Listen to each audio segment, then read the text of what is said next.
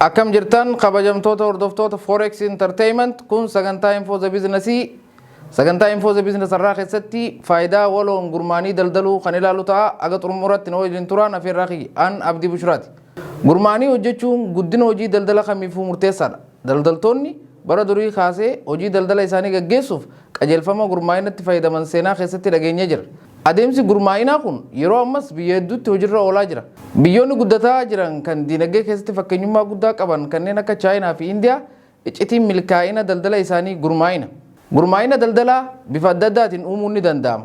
Akkasuma immoo beekumsaa fi yaada walitti fiduun piroojeektii tokko irratti invest godhuuf jaaramuunis gurmaa'inuma jedhama. Wanti barbaachisaan waldaa keessatti beekamuu qabu hirmaattonni cufti fayyadamaa ta'uu qaban. Namoota waliin waldaan jaaramuu dura wantoonni xiyyeeffannoon laalamuu qaban danuutu jira.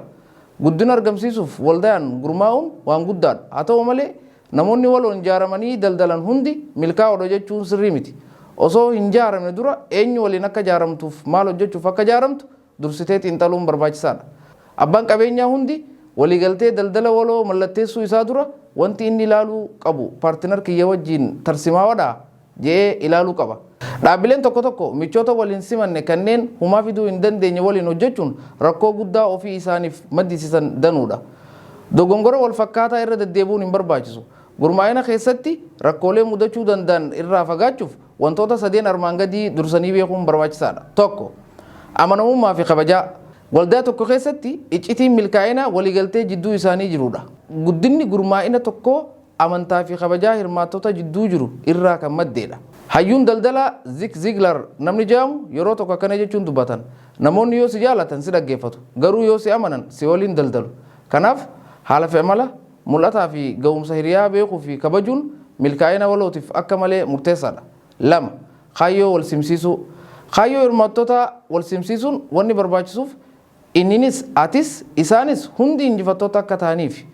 Walta'iinsa jalqabuu kee duratti tokkoon hirmaattota maal akka hojjetuu fi daldala kanarraa maal akka eegan beekuun tarsimoo waliinii baasuuf milkaa'inatti ga'uuf gargaara.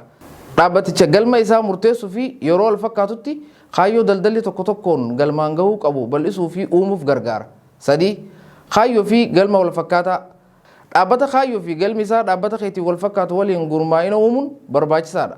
Dhaabbanni tokko xiyyeeffannoon isaanii inni guddaan bu'aa argachuu fi qabeenya aksiyoonaa isaanii guddisuudha.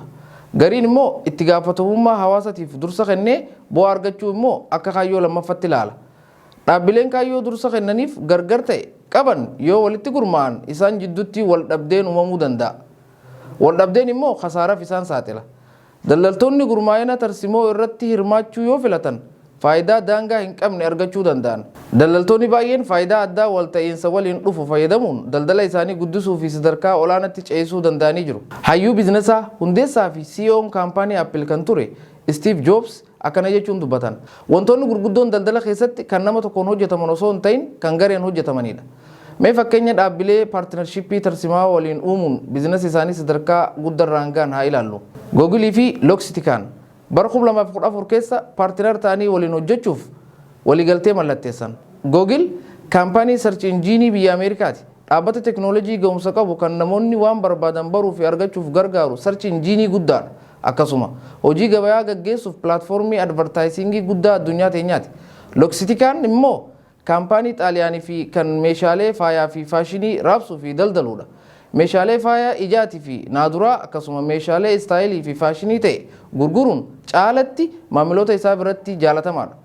Dhaabbileen lamaan gurgurtaa isaanii guddisuuf walta'iinsa uumuuf kan murteessan yoo ta'u, haala kanaan kaampaanii walii isaanii Google Glass jedhamu hundeessuun daran bu'aa daldala isaanii dachaan dabaluu danda'anii jiru. Kanaaf walumaa galatti waldaan jaaramtee hojjechuuf gaafa murteessite paartinar tarsimaawaa ta'e filachuun bu'aa yaadame ol argachuu si dandeessisa. Mee amma immoo faayidaa 5 kan gurmaa'ina tarsimaawaa irraa argamuu danda'u haa ilaallu. Tokko, beekumsa argachuu. Dhaabbilee yookaan daldalli hundi beekumsatti haajama. Kanaaf dhaabbata yookaan daldaltoota tarsimaawaa waliin waldaan jaaramuun yoo gurmooyte beekumsa guddaa argatta. Kunis ilaalcha nama birarraa barachuuf carraa siif kenna. Beekumsi sun hundi gara fuulduratti maqaa fi daldala kee caalatti ijaaruuf hojiirra oola. Saayintistii fi filoosofarri Ameerikaa Benjaamin Franklin akkana jechuun dubbatan. Investimentiin beekumsa irratti godhamu investimentii kamiyyuu caalaa bu'aa argamsiisa. 2.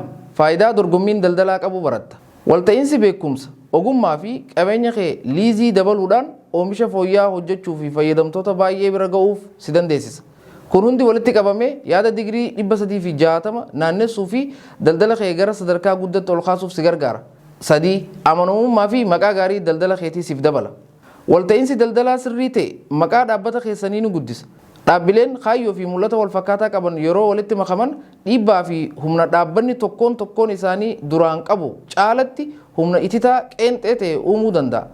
Daldalli humna cimaa qabu immoo oomisha fooyya'aa kennuu fi tajaajila qulqullina qabu maamilootaaf laata. Kun immoo beekamtii maqaa waliigala dhaabbata keessanii guddisa. 4. Maamiltoota heddummeeffachuuf. Waliigaltee tarsimaawaa hojiirra oolchuun daldala keetiif maamiltoota bu'uuraa guddisa. Karaaleen galma kanarra itti ga'amuu danda'u keessaa tokko dhaabbata oomishaalee kan kee waliin wal deeggaran dhiyeessuu waliin qindaa'uudha. Fakkeenyaaf kaampaaniin konkolaataa oomishu kaampaanii gommaa oomishu waliin waliigaltee gurmaa'inaa uumuun namni konkolaataa haaraa ajaju hundi achuma kaampaanuma gommaa irraa argachuu ni danda'a. Kan gommaa barbaadus akkasuma. Sadarkaa daldala gad-aanaa irrattis paartinarshippii yoo uumte bu'aan argamu tokkuma. Helen Keller akkana jechuun dubbatan. Kophaa keenya waan xiqqoo hojjechuu dandeenya. Yoo waliin taane immoo baay'ee hojjechuu dandeenya. 5. Tasgabbii yeroo dheeraa. Kaayyoo waldaa fi gurmaa'inaa hundi yeroo dheeraaf barbaachisaa ta'ee turuu fi galma koorporeeshinaa bira ga'uudha. Michooma daldalaa yoo qabaatte kana booda daddabaatee kophaa carraaquu irraa lagatta. Beekumsa, kalaqa, ogummaa fi maallaqa dabalataa argatta. Gurmaa'inni daldala haalan fooyyessa, dadhabina kee hambisa, cimina kee guddisa. Dhumarratti yeroo dheeraaf barbaachisaa taatee daldala keessa turuu fi daldalli kee kaayyoo fi bu'aa ijoo isaa akka galmaan ga'u taasisuuf si gargaara. Kanaaf daldaltoonni hundinuu daldala gara fuulduratti tarkaanfatu uumuuf karaa mirkanaa'an walta'iinsa gurmaa'ina tarsimoo qabu kan sochii isaanii dabaluu barbaadachuun jaaramuun barbaachisaadha. Koorporeeshiniiwwan gurguddoon biyyoota hedduu kanneen akka Google, Apple, Loxitica fi kanneen biroo walta'iinsa tarsimoo qabu kana mala guddinaa fi daldala isaanii babal'isuuf gargaarutti ilaalan. Kanaaf daldalaan kamiyyuu tooftaa kanaan daldaluu dhabuudhaaf sababni tokko jiraachuu hin qabu jechuun dhaamsa sagantaa Info the Business kan irraati. Tole gaa hordoftoota kabajamtoota keenya sagantaan Info the Business irraa asumarratti raawwataa hanga sagantaa itti aanuun walitti deemuutti nagaan tura an Abdii Bushraati.